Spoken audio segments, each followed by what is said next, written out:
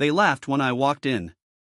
It wasn't a mistake, not a glitch in the booking system, but a deliberate setup. Why was I rejected? What did they see that I didn't? The moment I stepped through the door, their eyes locked onto me, and I knew something was wrong. The laughter wasn't accidental, it was meant to humiliate, to show me that I didn't belong, that I wasn't part of their world. As I stood there, trying to make sense of what was happening, I kept calm. My mind raced with questions. Why was I here? Why was this happening? But I didn't let my emotions show. I didn't speak, didn't raise my voice. I simply nodded, turned, and walked out. But the laughter didn't stop as I walked away. It followed me, getting louder with every step. They thought they had won. But they hadn't seen what was coming next. I wasn't defeated, not at all. I knew one thing: this wasn't the end. It was just the beginning. After the incident at the hotel, I didn't lash out, didn't make a scene. I simply walked away, quietly, carrying the weight of my pain but also a firm resolve. The humiliation, the laughter that followed me as I left, it all cut deep. But I wasn't broken, not by a long shot. I knew what had to be done. I started with small, calculated steps. I opened a new bank account, something my wife wouldn't find easily. I set up a secure email, created fake identities. Then I installed keyloggers on her phone. Every conversation, every text, every email was now at my fingertips. I watched her, listened to her, all while keeping a calm, unreadable face. Nothing she did would go unnoticed anymore. At times, I felt the weight of the isolation. There were nights when I lay awake, staring at the ceiling, trying to push the thoughts away. But I couldn't. I had to follow through. It wasn't just about revenge, it was about taking back control, about making sure she knew the consequences of her actions. I hired a private investigator to tail her, to watch her every move. I knew the relationship had shifted, that I was no longer a priority in her life. I watched the little things, the way she stopped making time for me, the way she stopped laughing at my jokes. I watched as she locked her phone, as she began taking more and more girls' trips I never saw the details of. And then it came, the moment everything became clear. I was sitting in the living room when I noticed her phone buzz on the table. I picked it up without thinking. It was a text from someone. He doesn't suspect a thing. Booked me a spa day while I was in bed with you. LMFAO. I didn't wake her. I didn't scream or cry. I just stared at her, at the rise and fall of her breath as she slept beside me. And in that silence, I knew. I knew what I had to do. The anger that had been bubbling inside me was gone. In its place was something much colder: calculation, strategy. Every step I took from that moment on was planned. Every action, every move, thought out carefully.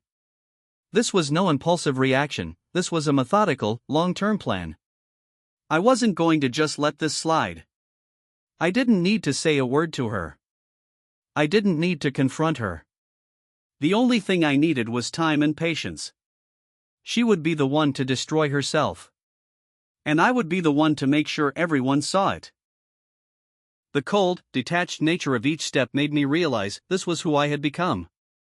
Things started to shift as soon as I put my plan into motion. The first step was simple, yet effective. I changed the villa's access code, ensuring that no one could get in without my approval. Then, I began releasing personal information. Not just hers, but her friends, her business associates. The details they'd tried so hard to keep hidden were now exposed for everyone to see. I knew the damage would be irreversible. The chaos followed quickly. Her friend, the one who had mocked me so openly, was the first to face the fallout. Her cosmetics deal dropped her, a sponsor pulled out, and her social media following, which she had carefully curated, began to crumble. I could almost hear the panic in her voice as her career collapsed, one sponsorship after another slipping through her fingers. Then came the family. The wealthy, influential family who had once welcomed her with open arms now saw everything. The business deals, the lies, the affairs. Her parents were furious, and their support vanished overnight. The ties that had seemed so unbreakable were now fraying at the seams. Her world, the one she had worked so hard to maintain, was collapsing into chaos. As for my wife, she was the last to fall. Her boutique, the one she had spent so much time building, was shut down. The lease was terminated, the bank accounts frozen. She called me, desperate, with nothing but empty apologies. The more she begged, the more I remained silent. There was nothing left to say. She was no longer the woman I had once known. When they all came to me, when they finally realized the depth of what had happened, everything changed. They came to apologize, to beg for my forgiveness. But the power had shifted. I wasn't the one on the outside anymore. Now, they were the ones fighting to hold on to what they had left. They were the ones who had everything to lose. I looked at them coldly, without emotion, as the destruction I had set in motion unfolded around them. Their chaos was my doing, and yet I remained calm, in control, as if none of it bothered me. This wasn't about revenge anymore. This was about asserting control, about showing them just how little they had truly known me. And when they stood before me, desperate, I said nothing. I didn't need to. The damage was done, and I had already won. They had destroyed themselves in the process, all while I remained untouched, my power absolute. This was no longer about hurt. It was about the quiet power of silence and strategy. The world that they had once controlled now lay in ruins, and I was the one who had made it all happen.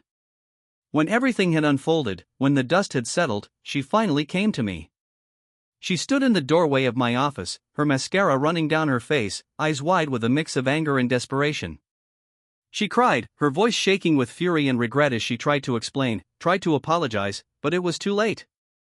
The damage was done, and I wasn't listening anymore. Her voice trembled as she spoke. She tried to reach me, to make me feel the pain she was experiencing. But I didn't move. I didn't say anything. I just stared at her, calm, collected, with a sense of power I hadn't felt before. Every tear she shed, every word she spoke, was just another sign of her defeat. It didn't matter anymore. She had no control, and now she was begging for it back. You said I wasn't important enough, I finally spoke, my voice as cold as ice. Now, look around. Who's left? She froze, the words hitting her like a slap across the face. I could see the shock in her eyes, the realization of just how far she had fallen. The silence that followed was deafening. She had nothing left to say. She couldn't argue. She couldn't fight back. In that moment, the final threads of our relationship snapped. There was no more love, no more understanding. There was only the cold, hard truth that I had won. She had played her game, and now she was the one who had lost everything. The power had shifted entirely, and I was the one in control.